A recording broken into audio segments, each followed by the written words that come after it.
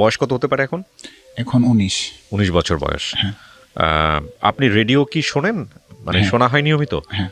তারপরে আপনি আবেদন করেন গল্পটা এখানে বলার জন্য। হ্যাঁ। তো শুরু করেন আপনি যেখান থেকে বলতে চান, যেভাবে বলতে চান। গল্পটা আপনার ফার্স্ট অফ অল শুরু হয়েছে, আমি ময়মনসিংহে লেখাপড়া করতাম। কোন ক্লাসে? ছোটবেলা থেকেই? হ্যাঁ। বাবা কি করতো আপনার? আমার বাবা ফিশারি আছে, তো ওইখানে আর কি বিজনেস করতো? হ্যাঁ, আমাদের নিজেরই ফিশারি আর কি, মাছ আচ্ছা, বড় করে আচ্ছা। তো বিক্রি করতো আর কি। ওকে, কয় ভাই বোন আপনারা? আমরা 2 ভাই 1 বোন। 2 ভাই 1 বোন। আমি সবার ছোট। সবার ছোট আপনি? ওকে, ঠিক আছে, বলেন। তো আমার ছোট থেকে ইচ্ছা ছিল আমি সায়েন্সে লেখাপড়া করব, কারণ আমার বিমান বাহিনী হওয়ার অনেক ইচ্ছা ছিল আর কি। এই কারণে আমি বিমান বাহিনীতে যাওয়ার খুব ইচ্ছা ছিল। হ্যাঁ হ্যাঁ। আর ছোট থেকেই আমার মোটামুটি মধ্যবিত্ত পরিবার। আমার আব্বু এমনিতে মেম্বারি দাঁড়াই 2 বার কয়েক বুটে ফেল করছে আর কি, 6 বুটে। তো এবারে আর কি আব্বু পাস করছে। তো মানে সমাজ সেবক হিসাবে আমার আব্বু আর কি চিহ্নিত এলাকায় আর কি। তোমার কাকু আর কি বিজনেস করে, তো এই নিয়ে একটু আর কি সমস্যা, কিন্তু আমার আব্বুর উপরে ওরকম কোনো নাই, সমাজ সেবক নামে সবাই আর কি চেনে। তো আর কি আমারে দূরে রাখছিল এই কারণে, যাতে মানে এলাকার কোনো সমস্যা আমার উপরে না হয়, বা মানে আমি যেন লেখাপড়া করে নিজে পাই কিছু করতে পারি, মানে সেই জন্যই আর কি আমারে দূরে রাখছিল আর কি। হ্যাঁ, আমার বড় ভাই ডিপ্লোমা ইঞ্জিনিয়ার, তো সেই ক্ষেত্রে আমিও যেন কিছু একটা করতে পারি, আমার আব্বুর এরকম আগ্রহ উজ্জ্বল করতে পারি। এসএসসি রেজাল্ট কি ছিল? SSC result 4.25। 4.8 কি হিউম্যানিটিস থেকে, সায়েন্স থেকে না কমার্স থেকে? সায়েন্স থেকে। সায়েন্স থেকে, ওকে, ঠিক আছে। তো আপনি ইন্টারের গল্প বলতেছিলেন, আপনার চাচা বাসায় আসছে বা সামথিং লাইক দিস। হ্যাঁ। তো আমার বলছিল তাদের সাথে খাওয়া দাওয়া করার জন্য। তো ঠিক আছে, আমি তাদের ওইখানে গেছি, খাওয়া দাওয়া করছি, গল্প টল্প করার পর রাত। তাদের ওখানে বলতে কাদের ওখানে গেছে? আমার কাকুর বাসায়। কাকুর বাসা কোথায় ছিল এটা? আপনার বাসা থেকে? আমাদের বাসার পাশে আর কি। আচ্ছা, তো হঠাৎ করে কাকুর বাসায় কেন গেলেন? উনি কি ইনভাইট করেছে? হ্যাঁ, মানে কাকু আসছে ঈদের সময়, আর আমিও তো বাড়িতে থাকি না। কাকু বাড়িতে থাকে না? কাকু কোথা থেকে আসছে? হ্যাঁ, কাকু এমনি থাকে আর কি একটু দূরে। হ্যাঁ, আপনার বাবার ছোট তো নিশ্চয়ই? হ্যাঁ, আপন ভাই। হ্যাঁ। কি করে সে? ওই যে আপনার প্রজেক্ট নিয়ে আর কি তো উনি এসছে হচ্ছে হলো বাড়িতে, তো ইনভাইট করেছে আপনাকে। আর আমিও বাড়িতে থাকি না, তো সেই ক্ষেত্রে আপনি বাড়িতে থাকেন না কেন? ময়মনসিংহ থেকে লেখাপড়া করি। ময়মনসিংহ থেকে লেখাপড়া করেন, ওকে। হ্যাঁ, তো সেই ক্ষেত্রে আমি যখন আসছি, তো এই জন্য আর কি আমার বলছে যে আমাদের সাথে আজকে খাওয়া দাওয়া করো। আচ্ছা, ওকে। তো তারপর খাওয়া দাওয়া করার পর গল্প টল্প করতে প্রায় 11টার মতো বাজে গেছে। তো হঠাৎ করে তো সেক্ষেত্রে আমি আর কি আমাদের বাসায় চলে আসবো, খাওয়া দাওয়া শেষ, গল্পও শেষ। তো তারপর আমি গেট খুলতে যাই, দেখি গেট বাইরে থেকে মারা। মানে কাকুর বাড়ির গেট বাইরে থেকে মারা? বাইরে থেকে মারা। তো আমি কাকে ডাক দিয়া জিজ্ঞাসা করলাম, কাকি গেট খুলতেছে নাকি? পরে বলতেছে গেট তো খুলাই। পরে বুঝলাম যে বাইরে থেকে মাইরা, বাইরে থেকে কেউ লক করে রাখছে। হ্যাঁ। তারপরে দেখি একটু শব্দ চলতেছে, মানে আশেপাশে মানুষ আর কি। তারপর মানে প্রায় 2 থেকে 3 মিনিট পরেই আর কি একটা শব্দ আসছে, মানে গাড়ির আওয়াজ আসছে, দেন পুলিশ প্রশাসন আর কি এরকম কিছু একটা। তারপর শব্দ করছে, দেন আসছে। আচ্ছা, ওই ইয়ার সামনে থেকেই বলতেছে, যখন শব্দ পাইছে তখন কাকির সাথে সাথে আবার ভিতর দিয়া ইয়াটা মাইরে দিছে, কাকা নামে একটা মামলা আছে আর কি। তো সেক্ষেত্রে পয়সা ডাইরেক্ট আর কি বলতেছে যে নাম দিয়া বলতেছে কাকুর, যে ওনারে আমরা নিতে আসছি, ওনারে দিয়া দাও। সাথে ছোট একটা পোশাক আর কি দিয়ে দিছে, এটা আর কি তোল দিয়ে দিছে, যে এটা পরে আমাদের কাছে দিয়া দাও ওনারে। পোশাক পরায় দিয়ে দিতে? হ্যাঁ। আচ্ছা। তো কাকি তখন বলতেছে, স্যার একদিনের জন্য আসছি ঈদ করার জন্য, কি নিয়ে কিসের মামলা যেন আপনারা এসে এভাবে দূরে নিয়ে যাবেন, আজকের দিনটা দেন, ইতরা কইরা যাক। পরে আপনার চাচা কি ওই সময় কোনো মানে মামলাতে ছিল, মানে কোনো ধরনের কোনো জেলে ছিল? জেলে না, মামলা ছিল তার ওই যে প্রজেক্ট নিয়ে আর কি। ও, প্রজেক্ট নিয়ে মামলা ছিল। এর আগে কখনো জেলে যায়নি আপনার জানা মতে? না। আপনি যা বলতেছেন আপনার নলেজ থেকেই বলতেছেন নাকি? না, যেটা সত্য সেটাই বলতেছেন। হ্যাঁ। আচ্ছা, না কারণ আপনার চাচির কথা শুনে তো মনে হচ্ছে যে ঈদ করার জন্য আসছে, মনে হচ্ছে জেল থেকে ছাড়া পাইছে, আমি জানি না। ওকে, মানে হয়তো তারা জানতো যে মানে মামলা হয়ে আছে, তারা এটা জানতো আগে থেকে মনে হয় মেবি। ওকে, তারপর তারা ওটা মানে নাই, আর কাকিও বলতেছে আজকের দিনটা মানে আমি, আর তারপর আমি কাকিরে বলতেছে দিয়ে দেন। পরে বলতেছে কেমনি দিব, আজকে আইসে বাড়িতে, এখন মানে এগুলো নিয়ে ডিসকাস করতে করতে ওইখানে তারা বাইরে শুরু করে দিছে গেটে। তো তারপর গেট ভাঙ্গার সাথে সাথে ডুইগাইস, মানে আমি ছিলাম, আমার কাকা তো ভাই ছিল আর কাকা ছিল, তাদেরকে আইসা আর কি গেট খুললি না বইলাই মাইর দৌড় শুরু করলো আর কি। মানে সবাইকে মারতে শুরু করেছে। হ্যাঁ, হ্যাঁ। আপনার বাড়ি থেকে আপনাদের গেট কত দূর, ওই কাকুর বাড়ি কত দূর ছিল? 100 মিটার 150 মিটার হবে। পাশাপাশি তো। হ্যাঁ। তো আপনার বাড়ি থেকে লোকজন আসেনি সেই সময়টাতে? তো শুধু আম্মু বাড়িতে ছিল, আর যখন এরকম ইয়া ছিল তখন আসছে, কিন্তু মানুষও তো সাইড থেকে ওই প্রজেক্টের বিরোধীরা তো তারাই আইসে আর কি আগে আটকে, তারপর আর কি পুলিশ প্রশাসনকে খবর দিছে। মানে প্রজেক্টটা হয়তো আমার কাকু একাই খাইতেছে বা একাই সবকিছু পরিচালনা করতেছে, যার কারণে আরো এলাকার লোক আছে তারা আর কি এটা করতে পারতেছে না, যার কারণে আর কি আগে থেকে একটা বিরোধ। কিসের প্রজেক্ট করতো আপনার কাকু? বিভিন্ন কোম্পানি আসলে ওইগুলো জমি আর কি কালেক্ট করে দিত আর কি। ও আচ্ছা আচ্ছা, মানে এক ধরনের ব্রোকার ছিল। কোনো কোম্পানি যদি হাউজিং করতো তাহলে আপনার কাকা গিয়ে ওদের জমিগুলা, যাদের যাদের জমি আছে তাদের সাথে কথাবার্তা বলে এদেরকে সেল করানোর জন্য কাজ করতো। ও ইন্টারেস্টিং, এ ধরনের কেস তো আগে শুনি নাই। আচ্ছা, তারপর আইসা মায়ের দূর করার পর আমারে আর আমার কাকা তো বাইরে একটা হ্যান্ডকে পরাই দিছে। তো আপনাকেও পড়িয়ে দিয়েছে? হ্যাঁ। আচ্ছা। পরে তখন আমি বলতেছিলাম, স্যার আমরা কি করছি, আমরা তো কিছু করি নাই। পরে বলতেছে গেট খুলছ নাই কেন? হ্যাঁ। পরে বললাম, স্যার এখানে তো আমাদের গার্জিয়ান আছে, আমরা তো আর গেট খুলতে পারি না। কাকিরে আমি বলেন, আমি কাকিরে বলছি গেট খুলে দেওয়ার জন্য, কিন্তু কাকি না খুললে আমি কি জোর করে খুলে দিতে পারবো? পরে বলতেছে কোনো কথা বলবে না, চুপ থাক। পরে আরেকটা ছিল, পরে তো ওনারে আমি বলছিলাম, স্যার আমার 1 সপ্তাহ পরে পরীক্ষা স্যার। পরে বলতেছে যে বিষয়টা এগুলো তোমরা যদি আগে খুলে দিতা তাহলে আর কি তোমরা ধরতো না। ও আচ্ছা আচ্ছা, মানে খুলতে দেরি করছেন বলে আপনাকেও অ্যারেস্ট করে ফেলেছে। পরে আমি বলছি, স্যার একটু বুঝার চেষ্টা করেন, আমার পরীক্ষা, আমি একজন স্টুডেন্ট। পরে বলতেছে এটা সমস্যা নাই, আমি স্যারের বলি তোমাদেরকে কালকে ছেড়ে দিব, সমস্যা নেই। এটা বলার পর আমি আর কোনো কথা বলি নাই, কারণ স্যার যখন বলছে যে আমার কালকে ছেড়ে দিব, তো সেক্ষেত্রে আর আমি কোনো কথা বলি নাই। কাকে কাকে নিল বাসা থেকে? 2 কাকু, আরেক কাকু ছিল ওইখানে, আর একটা ছোট কাকু আর কি। তো আর কাকা তো ভাই আর আমি 4 জন। 4 জনকে নিয়ে নিল? হ্যাঁ। আচ্ছা, কাকা তো ভাই মানে আপনার কাকার ছেলে? হ্যাঁ, কাকার ছেলে। আচ্ছা, তারপর মনে করেন যে ও তাদেরকে আর একটু মাইট দূর করছে আর কি, মানে 2 কাকারে একটু মাইট দূর করছে। আর তারপর আইসাটা আমার কাকা তো বাইরে জিজ্ঞেস করতেছে যে ঘরে কি কি লুকায় রাখছিস? পরে বলতেছে, স্যার আমরা তো ঘরে কিছু লুকায় রাখি নাই। পরে বলতেছে লুকায় রাখস নাই, এখনো বল নাইলে কিন্তু খবর আছে। পরে বলতেছে, স্যার আমরা তো আজকে আসছি বাড়িতে ঈদ করার জন্য, আমরা ঘরে কি লুকায় রাখবো? পরে বলতেছে যে তুই কি করস? কোন রাজনীতি করে কিনা? তারপর না করার সাথে সাথে একটা এমন জোরে একটা চড় দিছে, ওই চড়ের শব্দে আমার কান পর্যন্ত তব্দ হয়ে গেছে, এত জোরে চড় দিছে। আচ্ছা। তারপর আর ওই বয়ে তারপরে ওই অফিসারের সাথে আমি আর কিছু বলি নাই, কারণ আমি যদি কিছু বলতে যাই, আমার যদি ওই মানে চড়টা দেয় তাহলে মানে শব্দ শুনে আমি ভয় পেয়ে গেছি, যার কারণে আর আমি কিছু বলি নাই। তো তারপর আমাদেরকে গাড়ি তুলে তাদের এতে নিয়ে আসছে আর কি। নিয়ে আসার পর একটু কাহিনী আছে। আর যখন তারা আর কি বাইরে বাড়ি করতেছিল, মানে ঢুকার সময়, তখন আমার মোবাইল ছিল Redmi 6, তো সেটা দিয়ে আমি আর কি ভিডিও করে রাখছিলাম। কিছু কিছু ভিডিও করছেন যে কি করতেছে, মানে কি তারা যেন ঢুকতেছে বাইরে যেছে আর বলতেছে, এগুলো আমি ভিডিও করে রেখে দিছিলাম আর কি। তারপর আর কি যখন নেওয়া যায় আমাদেরকে তাদের অফিসে, তো আমাদের মোবাইল ব্যাগটি আর কি রাইখা দেয়। তো সবার মোবাইলই আর কি করছে, মানে কার সাথে কি কি ফোন ছিল, কিন্তু আমার ফোনটা ওখানে লেখে নেই। আর তারপর আমি স্যারের বলছি, স্যার আমার ফোনটা। পরে বলতেছে ওটা পরে দেখতেছি। আপনারটা লেখেন নাই, মানে কার থেকে কি নিছে সব লিখছে, কিন্তু আপনারটা লেখে নাই, কারণ ওরা বুঝতে পারছে যে আপনি এখানে ভিডিও করছেন।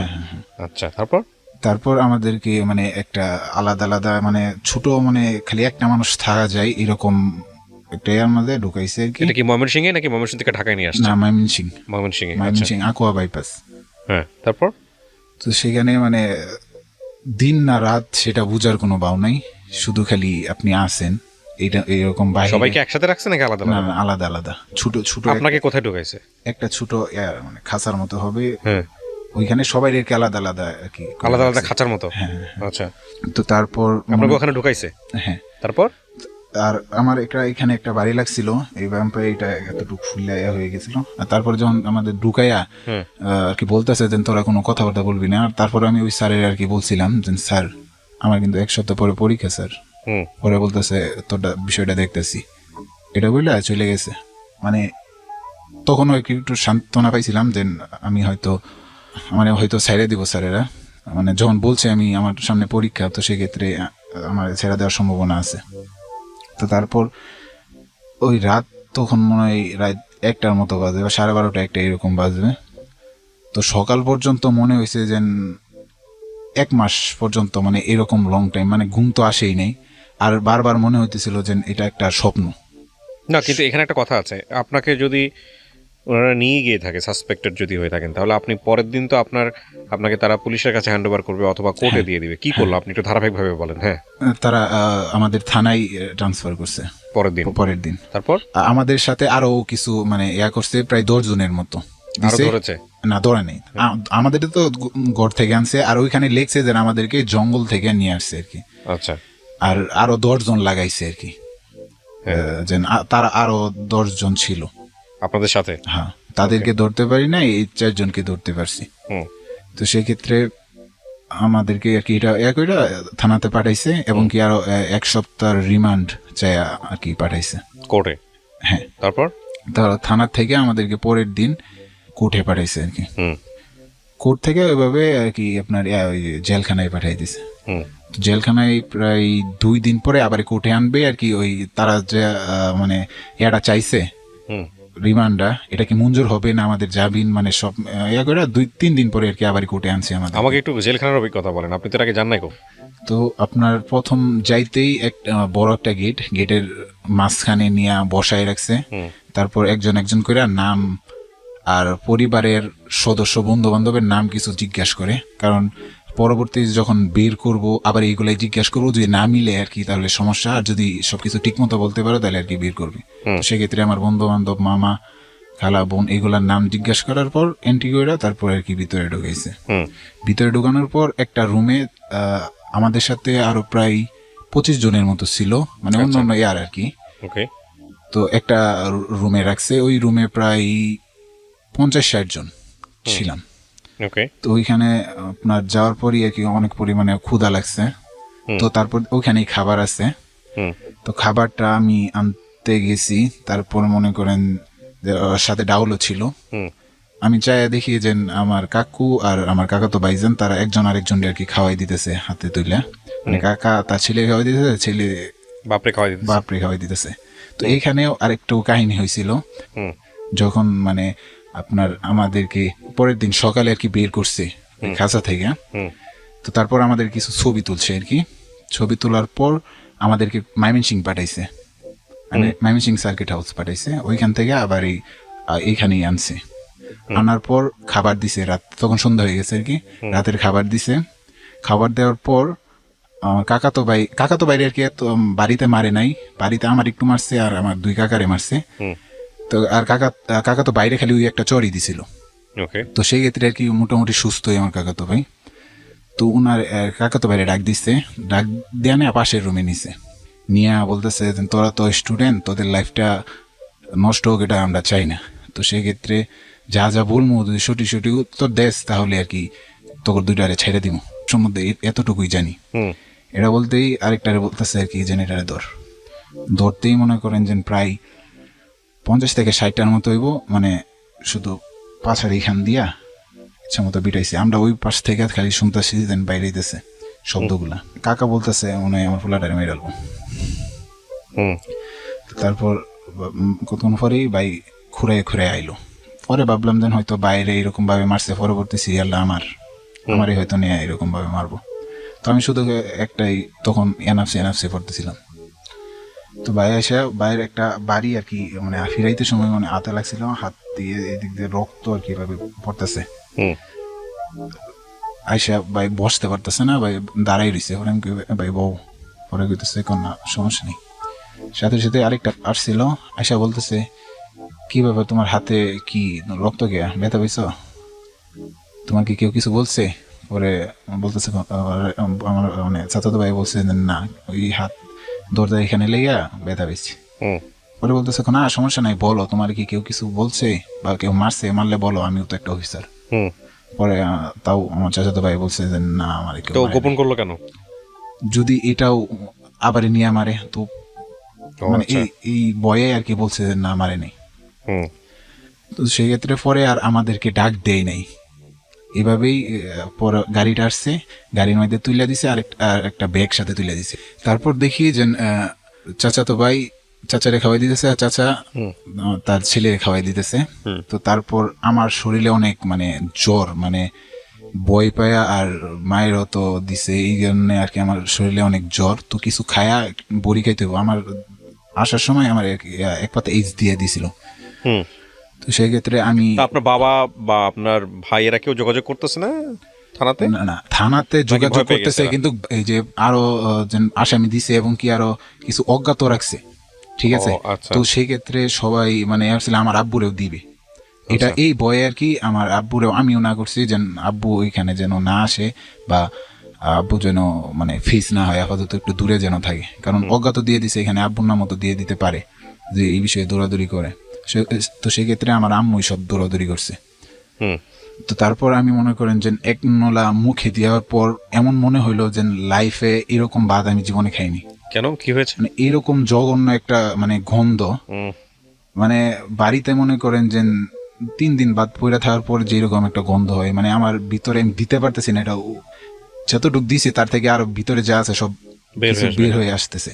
তারপরেও মনে করেন যে একটু পানি দিয়া গিলছি, এরকম ভাবে 2-3 বার গিলার পরে তারপর দিয়ে আমি গিলতে পারতেছি না।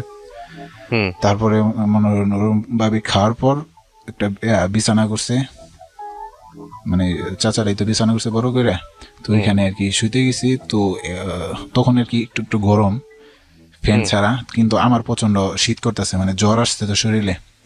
আচ্ছা। তো সেক্ষেত্রে ওইখানে যারা আরো থাকে তাদেরকে আর কি বললাম যে আমার একটা চাদর দেন। পরে বলতেছে এইগুলা চাদর যদি উপরে রাখো তাহলে তোমার শরীরে সুশ্রানি হবে আর কি।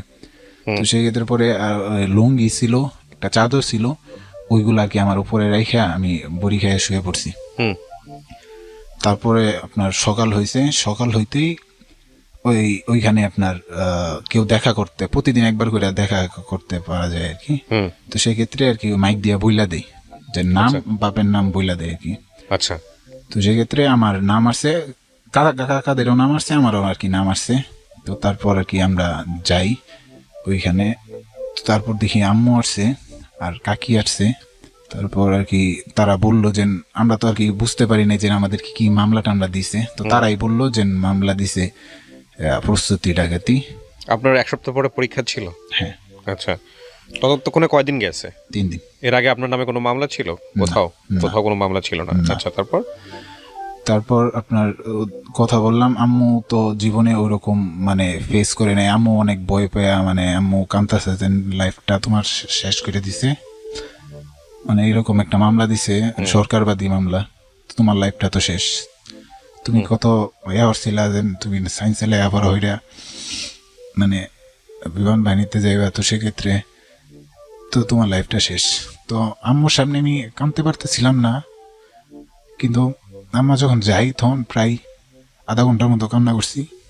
আপনাকে মামলাতে আসামি উল্লেখ করেছে?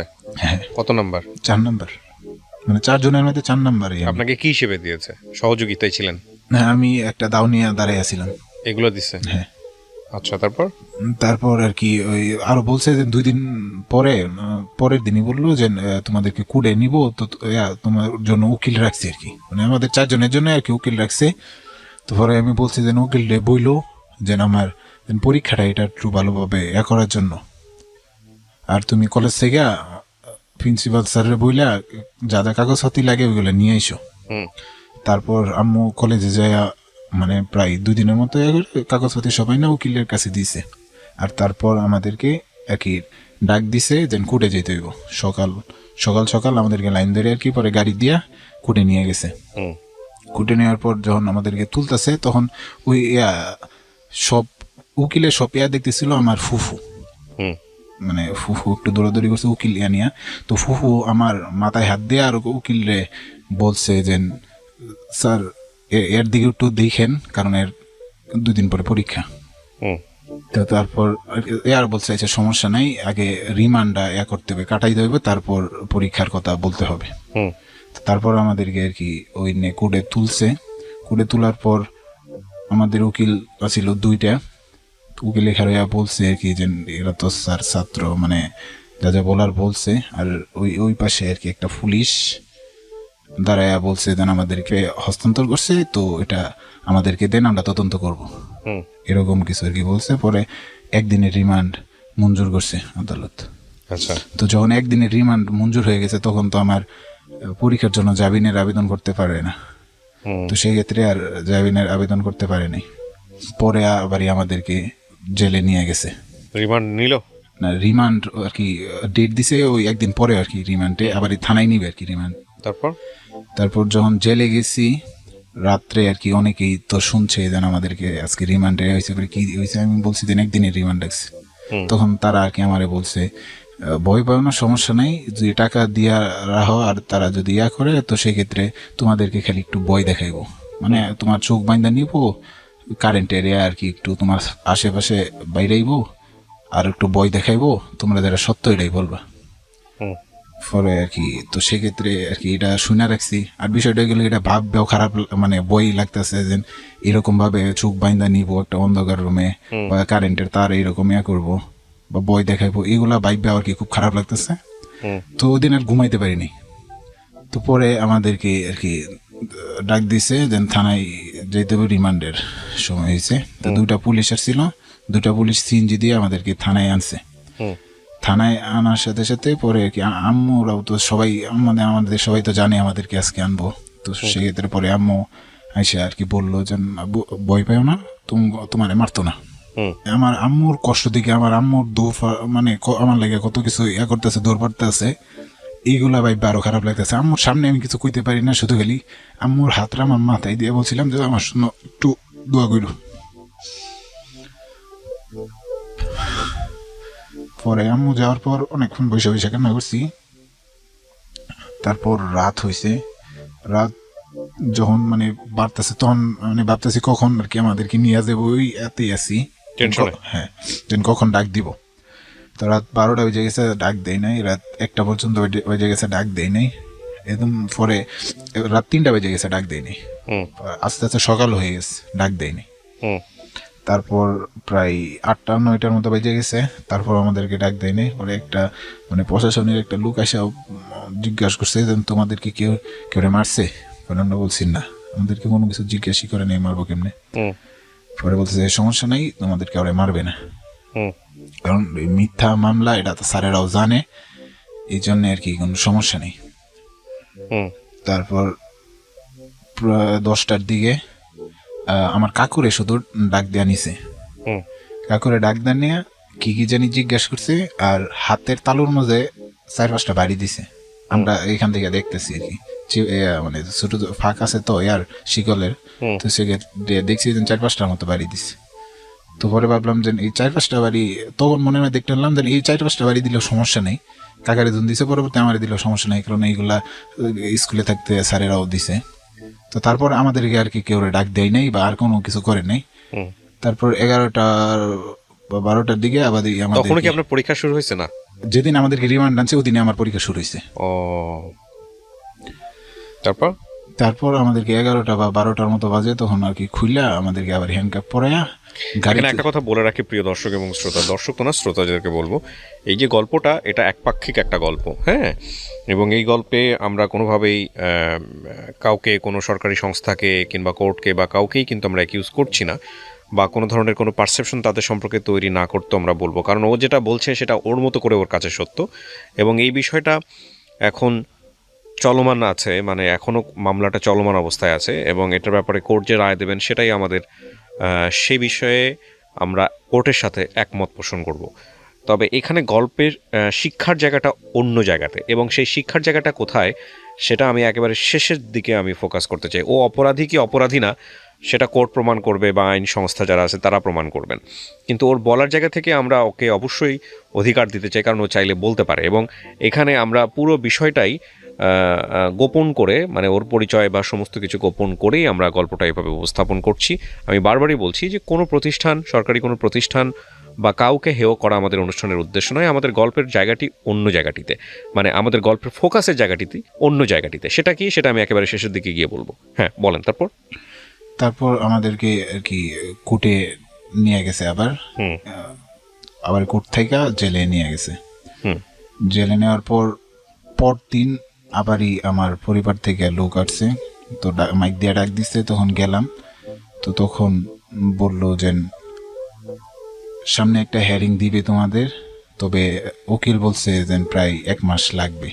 হুম তো মনে করেন যে ওটা শোনার পর যে একটু মানে 1 মাস পরে আপাতত বের হতে পারবো। মানে তখন কি পরীক্ষার চিন্তা মাথা থেকে চলে গেছে, নাকি কোনো রকম এখান থেকে বের হতে পারলেই খুশি?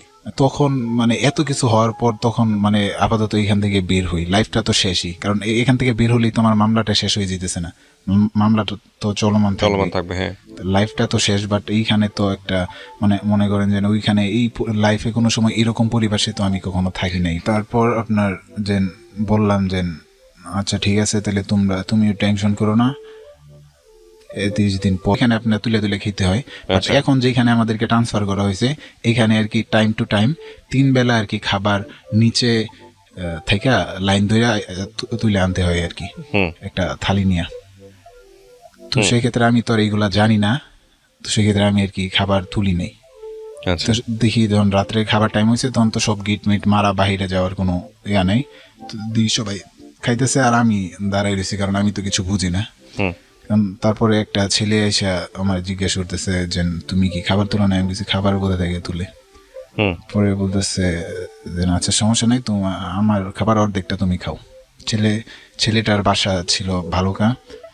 তো এরপর থেকে ছেলেটা যতদিন পর্যন্ত ওইখানে ছিল ততদিন পর্যন্ত আমার জন্য ওই খাবার তুলছে, কারণ সে বুঝতে পারছে যে আমি কখনো এখানে আসি নাই বা এইরকম ভাবে মানে থাকি নাই কখনো সময়, আর সে তার পাশের বেডটাই আমার জন্য রাখছে।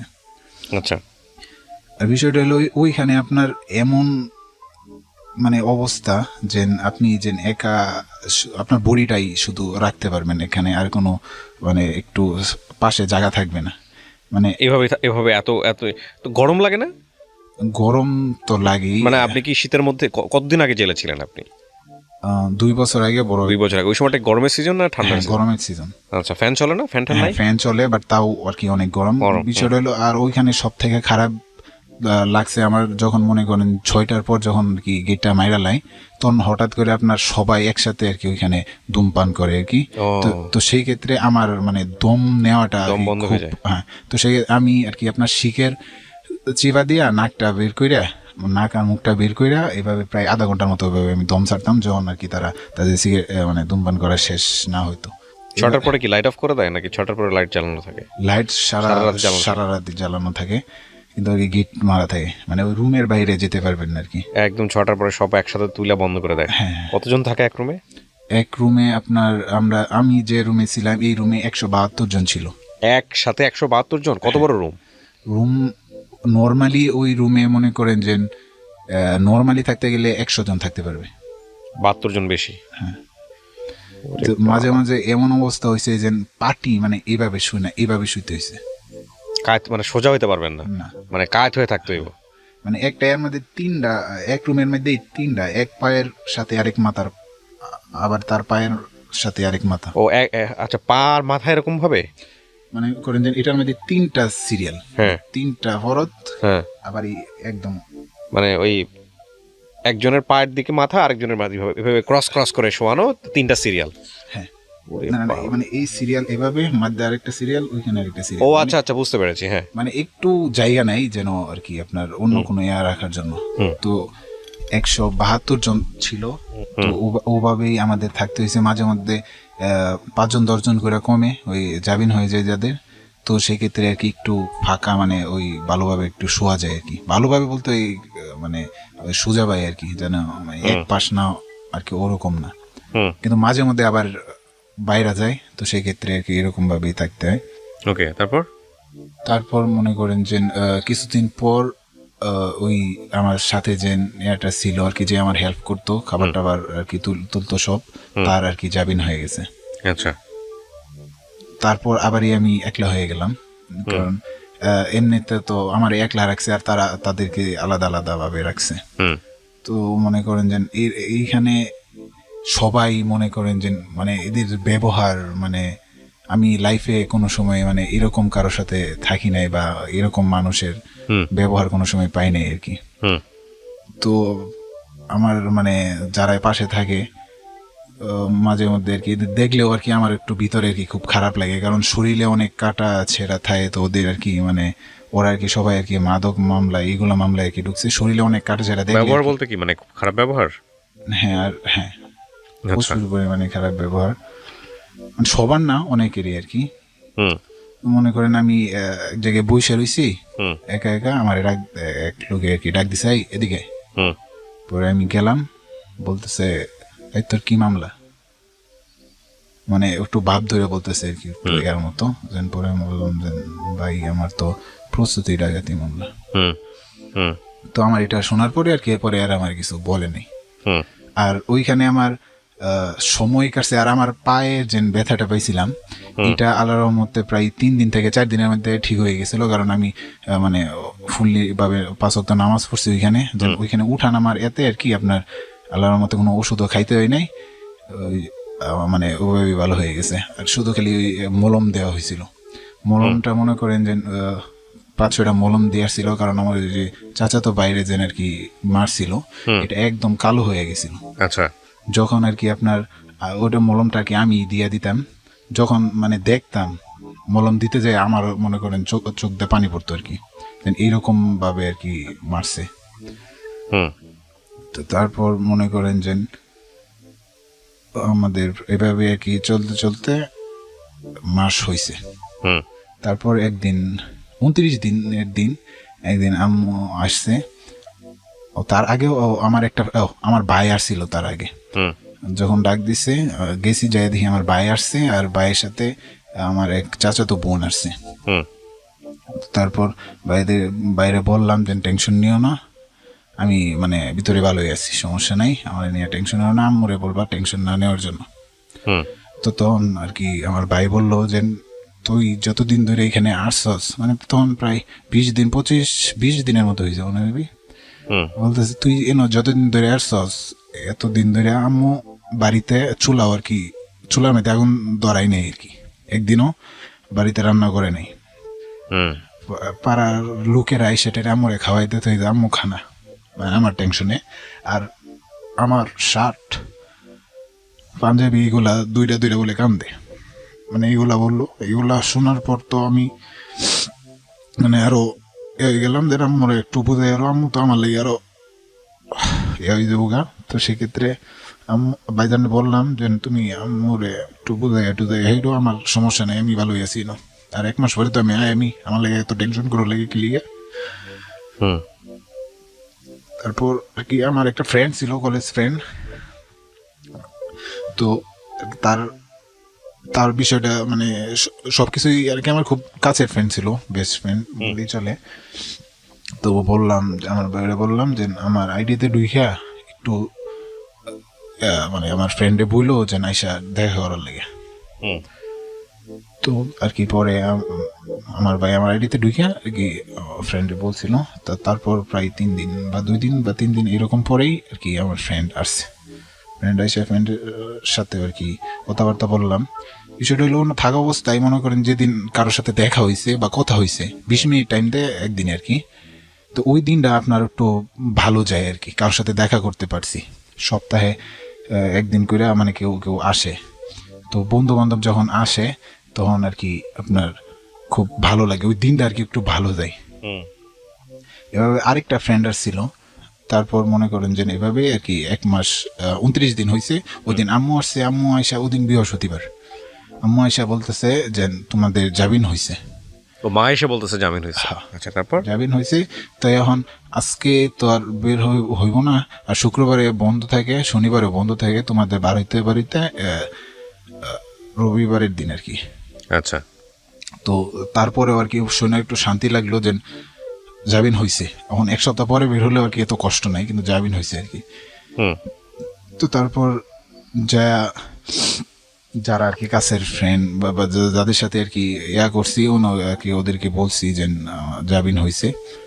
তো সেই ক্ষেত্রে যখন রবিবারের দিন হয়েছে সকালে আমাদেরকে আর কি ডাক দিছে যে তোমাদেরকে জামিন হয়ে গেছে, তোমরা বের হও আর কি। তারপর আমরা গেছি, ওই গেটের সামনে যাইতেই সবার নাম ডাকছে, আমার নামও ডাকছে, আমার কাকা তো ভাইয়ের নামও ডাকছে, কিন্তু আমার কাকার নামে বলতেছে আপনাদের জামিন হয়েছে ঠিক আছে, কিন্তু আপনাদেরকে বের হওয়া যাবে না, কারণ আপনাদের নন FIR আরেকটা মামলা আছে। এটা আচ্ছা। বলতেছে। মানে আমাদের তো জামিন হয়েছে যেটা আর কি আমাদেরকে ঢোকানোর সময় যেটা আর কি যে মামলাটা দিয়া ঢুকাইছি এটার জামিন হয়েছে, কিন্তু কাকার নামে নন এফআইআর আর একটা মামলা আছে আর কি। আচ্ছা। তো সেই ক্ষেত্রে ওই কাকা দুজনের বের হতে দেবেন আর কি। হুম। তো সেই ক্ষেত্রে আমরা আর কি করার আছে ওইখানে তো আর কিছু করার নাই, আমরা দুই ভাই বের হইলাম। হুম। ওইখানে অনেক জিজ্ঞাসাবাদ, প্রায় 2 ঘন্টার মতো এক জায়গা থেকে আরেক জায়গায় জিজ্ঞাসাবাদ করার পরে বের হয়েছি। হওয়ার পরে দেখি যে আব্বু আসছে আর কি আমাদেরকে নেওয়ার জন্য। তো যাই প্রথম আব্বুর আর কি গিয়ে জড়াই ধরছি। তো পরে চাচা তো বায়ো আসে। কতদিন পরে বের হলেন? সব মিলে 1 মাস 3 দিন। 1 মাস 3 দিন, হ্যাঁ। তারপর চাচা তো ভাইও আসলো, আইসা আর কি পরে জিজ্ঞাসা করতে হচ্ছে তোমার কাকা রাখো। পরে বললাম যে তাদের নন এফআইআর বলে একটা আছে, ওটার জন্য তারা বের হতে পারবে না, ওটা জামিন করার লাগবে। তারপর আর কি আমি ডাইরেক্ট বাড়িতে এসে পড়ছি। আমার কাকা তো ভাই আর বাড়িতে যাই নাই, বলতেছে যে ওই বাড়িতে আর আমি যাবো না। তারা আর কি তাদের যে আগের বাসা ছিল ওই বাসায় চলে গেছে, আমি বাড়িতে গেছি। তো আমি বাড়িতে যাওয়ার পর যে আমাদের ওইখানের যত মুরব্বী মহিলা দাদা এলাকার যারা আছে সবাই, মানে আমি জানতাম না যে আমার সবাই এত পছন্দ করে বা এত ভালোবাসে। সবাই আইসে আমার হাত ধইরা কান্নাকাটি করতেছে আর বলছে যে তোমার লাগে আমরা সবাই মিলে অনেক ধরছি, তোমারে দইরা নিছে। মানে এইগুলা দেওয়ার পরে আমি মানে নিজেরই মানে ইয়ারা বলতেছি না যে সবাই মুরব্বী সবাই আমার এত ভালোবাসে, মানে সবাই আইসে আর কি হাত ধরে ডাইরেক্ট কান্নাকাটি। মানে তাদেরকে তো আমি বুঝাইতেছি যে কান্না করতেছেন কেন, কিন্তু তারা তারপরে আর কি তারা ইয়ারছে অনেক, মানে তারা সবাই বলছে যে তোমার জন্য আমরা সবাই অনেক দোয়া করছি। এভাবে ইয়া করার পর মামলায় আবার এই হাজিরা আমরা দিই। তো যে আমাদের সাথে যেন আরো 10 জন দিছিল, তারা আর কি তখন হাইকোর্ট থেকে আর কি জামিন কইরা আরো 2-1টা এরপর তাদেরকে আর কি এই মামলা থেকে মুক্তি দিয়ে দিছে। মানে এই মামলা থেকে তাদেরকে খালাস করে দিয়েছে।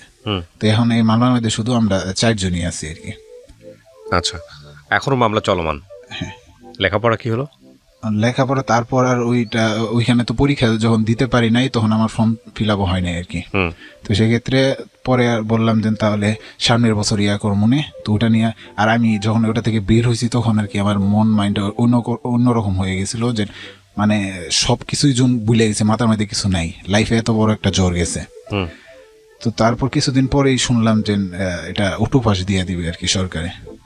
তো তখন আমি করোনার, হ্যাঁ, তো তখন আমি আবার কলেজে যাই, স্যার আমি তো পরীক্ষা দিতে পারি না এই ঝামেলার জন্য, এটা মানে জানেন।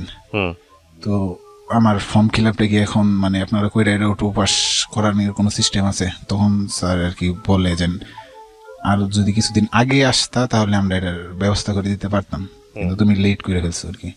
সেক্ষেত্রে আর কি স্যার না করে দিছে আর কি, যে হবে না।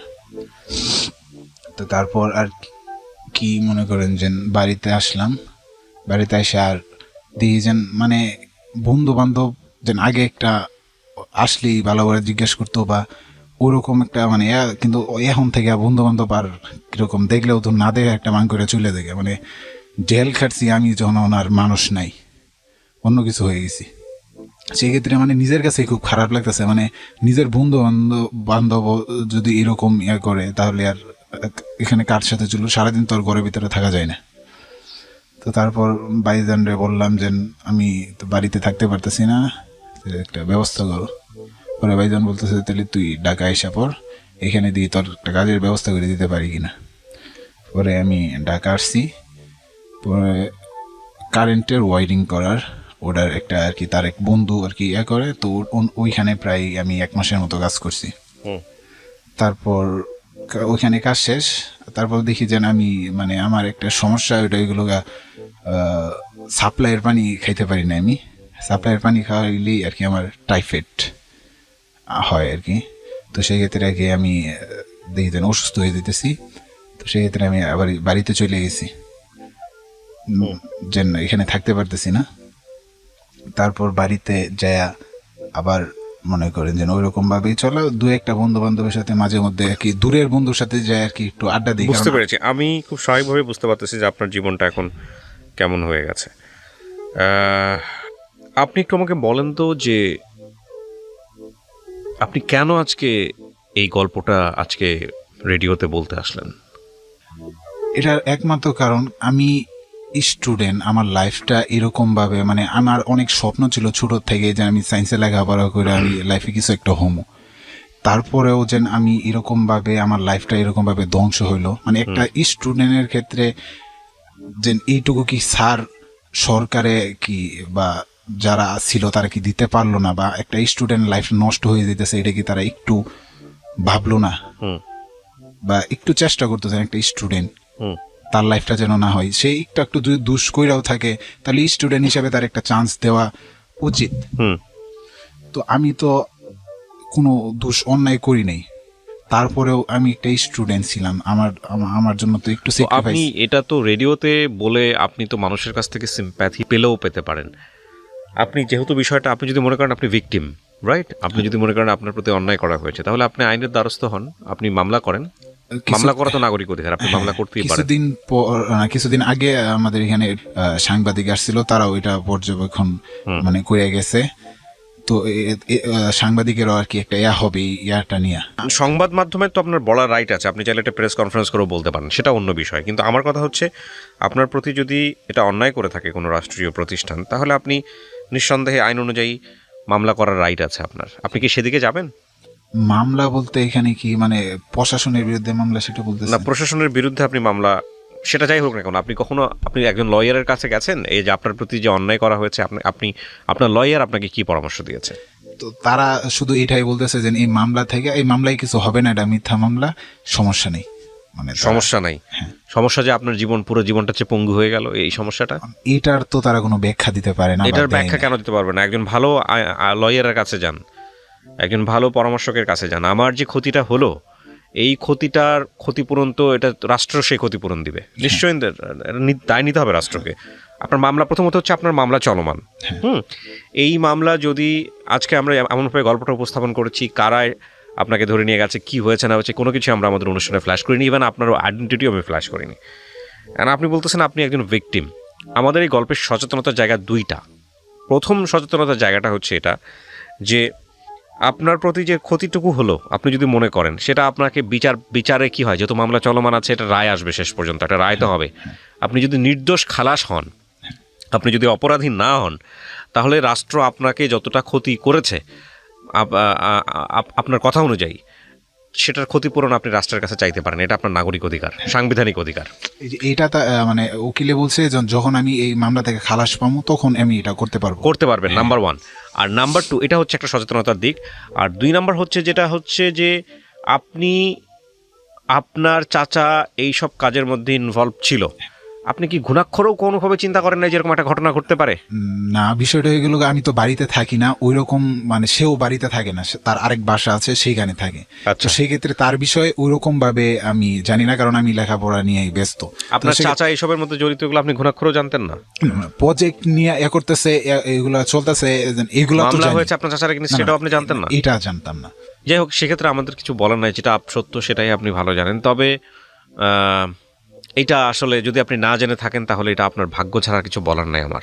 তবে যদি আপনি জানা থাকতেন তাহলে নিঃসন্দেহে আমার মনে হয় যে এরকম ভুল অন্য কেউ করে ফেলতে পারে আপনার ক্ষেত্রে, যদি আপনাকে আমরা বিশ্বাস করি যে আপনি নির্দোষ বলতেছেন নিজেকে, সেটা আমি বারবারই বলতেছি, এটা প্রমাণ করবে কোর্ট। সেই জায়গাটাতে আমার মনে হয় যে এসব জায়গাগুলো অ্যাভয়েড করে চলাটাই বেটার ছিল। কারণ কিছু কিছু ভুল আছে যেগুলোর কোনো মাসুল দেওয়া যায় না। আপনার স্বপ্ন ছিল আপনি বৈমানিক হবেন, আপনার স্বপ্ন ছিল আপনি একটা বেটার লাইফ লিড করবেন, আপনি জব করবেন। সেই স্বপ্নটা ভেঙে চুরে আজকে অন্যরকম হয়ে গেছে, এবং সেটার জন্য আপনি কাকে দায়ী করবেন? তবে আমি সব কথার শেষ কথা একটা কথা আপনাকে বলতে চাই, সেটা হলো মানুষ প্রতিষ্ঠান চালায়, মানুষ ভুলের ঊর্ধ্বে না। আমি ভুলের ঊর্ধ্বে না, আপনি ভুলের ঊর্ধ্বে না, কিংবা যেসব প্রতিষ্ঠান আমাদেরকে একটা সিস্টেমেটিক ফ্রেমওয়ার্কের মধ্যে রাখে তারা ভুলের ঊর্ধ্বে না। সব জায়গাতেই ভুল আছে। হ্যাঁ, টু আর ইজ হিউম্যান একটা কথাই আছে। সেখানে সবচেয়ে আশাব্যঞ্জক কথা হচ্ছে একটাই, যে কখনোই গিভ আপ করবেন না। আপনি আপনার এই জীবনে এখন যে অবস্থায় আছেন, ইন্টারমিডিয়েট তার কমপ্লিট করা হয়নি, হয়েছে না, পরবর্তীতে আরেকটা কলেজে ভর্তি হয়েছে, এখন পড়াশোনা করতেছেন। হ্যাঁ, আলহামদুলিল্লাহ। তাহলে তো আপনি ব্যাক করছেনই। হ্যাঁ, হয়তো 1 বছরের গ্যাপ হয়ে গেছে, কয় বছরের গ্যাপ? 1 বছরের গ্যাপ না, পরবর্তী নতুন করে ভর্তি হয়েছি তো, মানে সায়েন্সে না, কারণ সায়েন্সে লেখাপড়া হলে তো লাভ নাই, কারণ আমার স্বপ্ন যখন ভেঙে গেছে তখন। না সেটা ঠিক আছে, অন্য হিসাব, বাট আপনার গ্যাপ কত দিনের? 1 বছরের না 2 বছর। 2 বছরের গ্যাপ। আপনি নতুন করে আবার পড়াশোনা করবেন, নতুন করে ঘুরে দাঁড়াবেন। শোনেন, যে মানুষের জীবনে দাগ নাই সে মানুষ জীবনে যতই সফল হোক না কেন তার বলার মতো কিছু থাকে না। আপনার জীবনে, মানুষের জীবনে 2টা পার্ট আমি মনে করি, একটা হচ্ছে দাগ, হোঁচট খাওয়া, ফেইল করা, এটা একটা, আর একটা হচ্ছে যে সফল হওয়া। যখন আপনি সফল হবেন তখন এই দাগ, এই হোঁচট খাওয়া, এই ঘটনা আপনার জীবনে একটা অনন্য অ্যাসেট হবে, যে আপনি এত বড় ধাক্কা খেয়েও আপনি জীবনে একটা জায়গায় গেছেন। তো জীবনের 2টা পার্টের মধ্যে একটা পার্ট আপনার কমপ্লিট, এখন বাকি একটা পার্ট নিয়ে আপনাকে চিন্তা করতে হবে। ঠিক আছে? সো এই হচ্ছে বিষয়। আমি আপনাকে ধন্যবাদ জানাই আরিয়ান, আপনি এই গল্পটা আজকে এখানে বললেন লাখ লাখ মানুষের কাছে, এবং আমরা প্রিয় দর্শক ও শ্রোতা, আমি আবারও বলছি যে উনি যে গল্পটা বলে গেল সেটা সম্পূর্ণই একপাক্ষিক একটা গল্প। যাকে নিয়ে, যাদেরকে নিয়ে বা যে সিস্টেমটাকে নিয়ে যেভাবে উনি গল্পটা বলেছেন, সেটা যে আমাদের সমাজে হয় না তা কিন্তু না, সেটা আমাদের সমাজে হয়, ভুল হয়, এটা খুবই রেয়ার কেস না। সেই অর্থে আমরা গল্পটাকে এখানে উপস্থাপন করেছি। যেহেতু মামলাটি চলমান আছে, সুতরাং সমস্ত বিষয়ই এখানে গোপনীয়তা রক্ষা করা হয়েছে। ইভেন যে গল্পটা বলেছে তার ভয়েসটা পর্যন্ত এখানে চেঞ্জ করা হয়েছে। এবং এই গল্পের কোনো অংশই যদি পরবর্তীতে যিনি এখানে এসেছিলেন তিনিও যদি তার আইডেন্টি ফ্ল্যাশ করে বলেন যেটা আমার গল্প, এই গল্পের কোনো অংশই এভিডেন্ট হিসেবে, প্রুফ হিসেবে অন্য কোথাও ব্যবহার না করার জন্য বিশেষ অনুরোধ থাকছে। কারণ এই গল্পটা শুধুমাত্র আমরা শিক্ষণীয় জায়গা থেকে উপস্থাপন করেছি, আমাদের ডিসক্লেমার জায়গা থেকে আমরা স্বীকার করে নিচ্ছি এটা একটা একপাক্ষিক বলা। এখানে যথেষ্ট মিথ্যা কথা থাকতে পারে, যথেষ্ট ভুল তথ্য থাকতে পারে, এবং যেহেতু এটা মামলাটি বিচারাধীন অবস্থায় কোর্টে আছে, কোর্ট শেষ পর্যন্ত যে রায় দেবেন সেই রায়টি আমরা মেনে নেব আমাদের রেডিও কর্তৃপক্ষের জায়গাটা থেকে। তবে একটা কথা না বললেই নয়, সেটা হলো যে এই যে আরিয়ান ছেলেটি এখানে এসছে, আরিয়ানের মতো জীবন যাদের আছে তাদেরকে 2টো বিষয়ে পরামর্শ। একটা হচ্ছে আপনি যদি নিরপরাধ হয়ে থাকেন তাহলে রাষ্ট্রের কাছে আপনি ক্ষতিপূরণ চাবেন, সে অধিকার আপনার আছে। এবং আরেকটি বিষয়ে পরামর্শ, সেটা হলো জীবনে যদি এরকম দুর্ঘটনা ঘটেই যায়, যদি আপনার কথা সত্য হয়ে থাকে, তাহলে কখনোই গিভ আপ করবেন না, থেমে যাবেন না। এবং থেমে যাওয়াটা জীবন নয়, জীবনে অভীষ্ট লক্ষ্যে পৌঁছানোর জন্য অবশ্যই কাজ করে যাবেন। অনেক ভালো থাকুন। আজকের মতো এ পর্যন্তই। শুভরাত্রি।